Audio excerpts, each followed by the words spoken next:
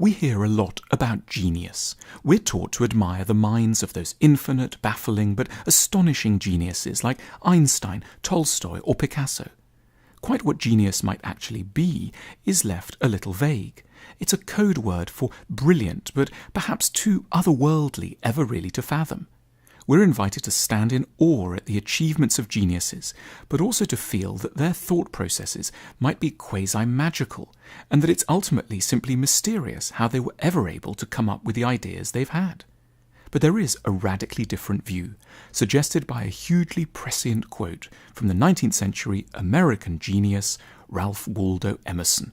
The quote runs like this: "In the minds of geniuses we find, once more, our own neglected thoughts."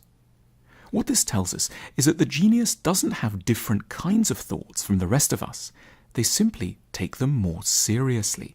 We ourselves will often have had our own sketchy, hesitant versions of their ideas, which is why their works can have such a distinctive impression on us. What they present feels surprising and impressive, of course, yet also obvious and right once it's been pointed out.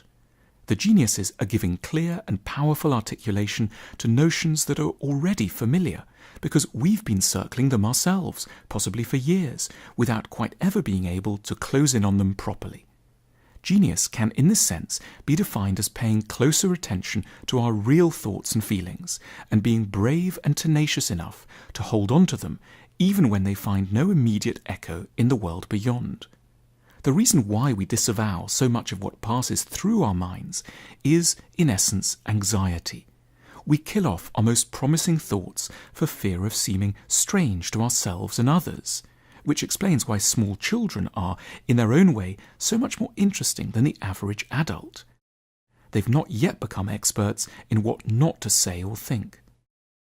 But when we censor and close down, when we take fright and try not to think, it's exactly the moment when the so-called genius starts to take note of what's happening within their mind. We operate with a false picture of genius when we identify it too strongly with what's exotic and utterly beyond us. It's something far more provocative than this. Genius is what we all can be when we pay careful attention to what's truly passing through consciousness. We all have very similar and very able minds. Where geniuses differ is in their more robust inclinations to study them properly.